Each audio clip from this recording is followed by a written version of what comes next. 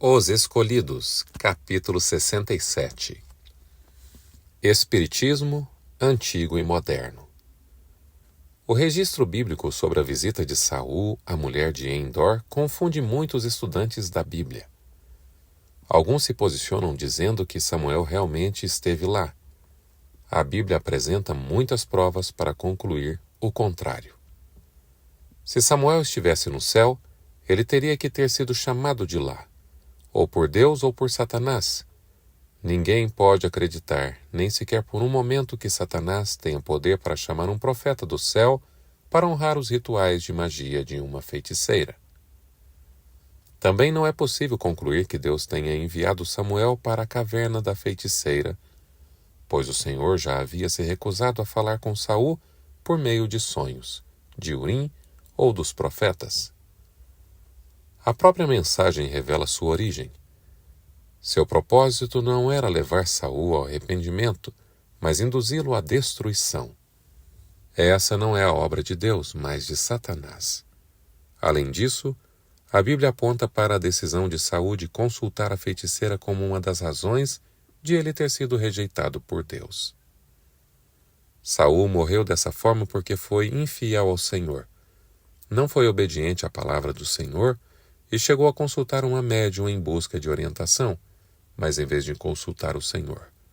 Por isso o Senhor o entregou à morte e deu o reino a Davi, filho de Jessé. 1 Crônicas, capítulo 10, versos 13 e 14. Saul não se comunicou com Samuel, o profeta de Deus, mas com Satanás. O inimigo não tinha poder para apresentar o verdadeiro Samuel, mas uma falsificação que lhe serviu para praticar um engano. Antigamente, a feitiçaria e a bruxaria eram baseadas na crença de que era possível se comunicar com os mortos. Aqueles que praticavam essa arte maligna diziam que ficavam sabendo de eventos futuros por intermédio do espírito dos mortos. Quando disserem a vocês, procurem um médium ou alguém que consulte os espíritos e murmurem encantamentos, pois todos recorrem a seus deuses e aos mortos em favor dos vivos, respondam: à lei e aos mandamentos. Se eles não falarem conforme esta palavra, vocês jamais verão a luz. Isaías 8, versos 19 e 20. Acreditava-se que os deuses dos pagãos eram espíritos de heróis mortos que tinham ressuscitado como deuses. Assim, a religião dos pagãos era uma forma de adoração aos mortos. Falando da apostasia dos israelitas, o salmista diz: sujeitaram-se ao jugo de Baal-Peor e comeram sacrifícios oferecidos a ídolos mortos. Salmo 106, verso 28, ou seja, oferecidos aos mortos. Em quase todo o sistema do paganismo, acreditava-se que os mortos revelavam sua vontade aos seres humanos e que também lhes davam conselhos quando consultados. A prática de conversar com seres que dizem ser espíritos dos mortos tem se espalhado muito, até mesmo em lugares que seguem o cristianismo. Seres espirituais às vezes aparecem em forma de amigos falecidos, contam experiências pessoais de sua vida e fazem coisas que eles costumavam fazer enquanto estavam vivos.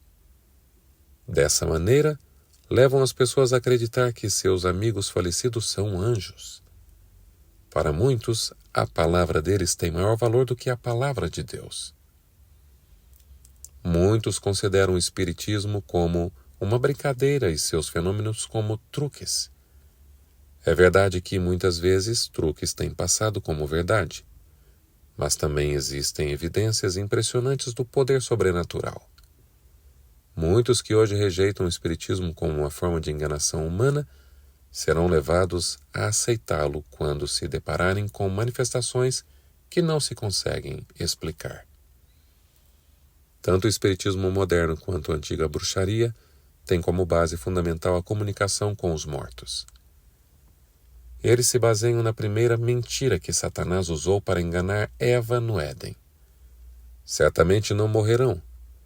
Deus sabe que no dia em que dele comerem, vocês como Deus serão. Gênesis 3, versos 4 e 5. Firmados nesse engano, tanto um como o outro têm sua origem no pai da mentira. Deus disse: os mortos nada sabem, nunca mais terão parte em nada do que acontece debaixo do sol. Eclesiastes capítulo 9, versos 5 e 6. Quando o espírito deles se vai, eles voltam ao pó. Naquele mesmo dia acabam-se os seus planos. Salmo 146, verso 4.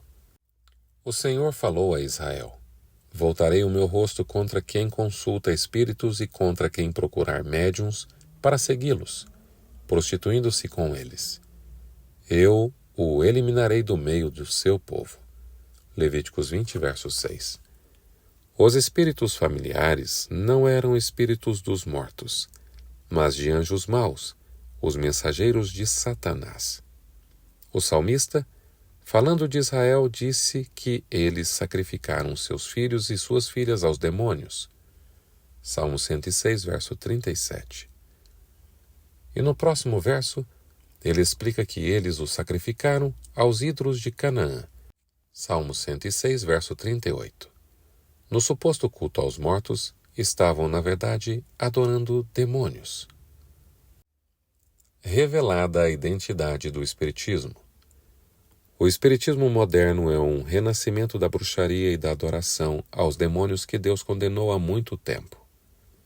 A Bíblia profetizou que isso aconteceria, quando que, nos últimos tempos, alguns abandonarão a fé e seguirão espíritos enganadores e doutrinas de demônios.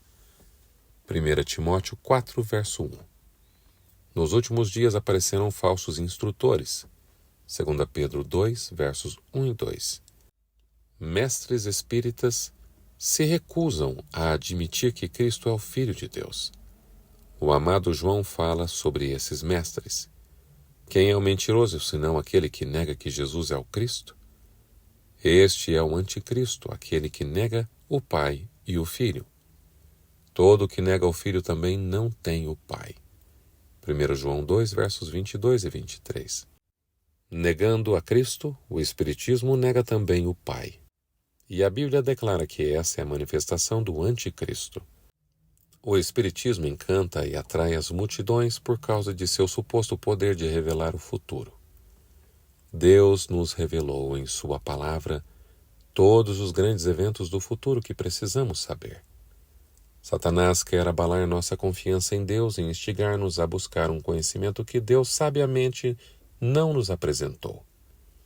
Ele quer nos fazer rejeitar o que o Senhor revelou em sua palavra. Muitos ficam inquietos quando não conseguem saber o que vai acontecer. Não suportam a incerteza do futuro e se recusam a esperar para ver a salvação de Deus. Abrem as portas para sentimentos de rebeldia e correm para cá e para lá em desespero, tentando conseguir informações que Deus não revelou. Se eles confiassem em Deus e perseverassem na oração, receberiam o conforto divino. Essa pressa para descobrir o futuro demonstra falta de fé em Deus, e Satanás inspira confiança em seu poder para predizer acontecimentos futuros. Muitas vezes, devido à grande experiência que adquiriu ao longo de muitas eras, ele, Satanás, consegue prever alguns eventos futuros com certa precisão, com a intenção de enganar pessoas mal orientadas e colocá-las sob seu poder. O próprio Deus é a luz do seu povo. Ele os convida a manter pela fé os olhos fixos nas glórias que a visão humana ainda não consegue enxergar. Essas pessoas recebem luz do trono do céu e não têm desejo algum de procurar os mensageiros de Satanás. A mensagem do demônio para Saul não tinha a intenção de corrigi-lo, mas levá-lo ao desespero e à destruição. É muito mais comum ver o tentador usando elogios para atrair as pessoas à ruína. Menosprezam a verdade e aceitam a impureza. O espiritualismo afirma que não existe morte, nem pecado, nem julgamento, nem punição. O desejo é a lei suprema, e os homens prestam contas somente a si mesmos. Essa visão derruba as barreiras que Deus construiu para proteger a verdade, a pureza e a reverência, e muitos são atraídos para o pecado por conta disso. Deus está guiando seu povo para longe das abominações do mundo, para que eles possam guardar sua lei. Por essa razão, a ira do acusador dos nossos irmãos, Apocalipse 12, verso 10, não tem limites. O diabo desceu até vocês e está cheio de fúria, pois sabe que lhe resta pouco tempo, Apocalipse 12, verso 12. Satanás está decidido a destruir o povo de Deus e privá-los de sua herança. A advertência: vigiem e orem para que não caiam em tentação. Marcos 14, verso 38, nunca foi tão necessária quanto nos dias de hoje. O fim do capítulo 67.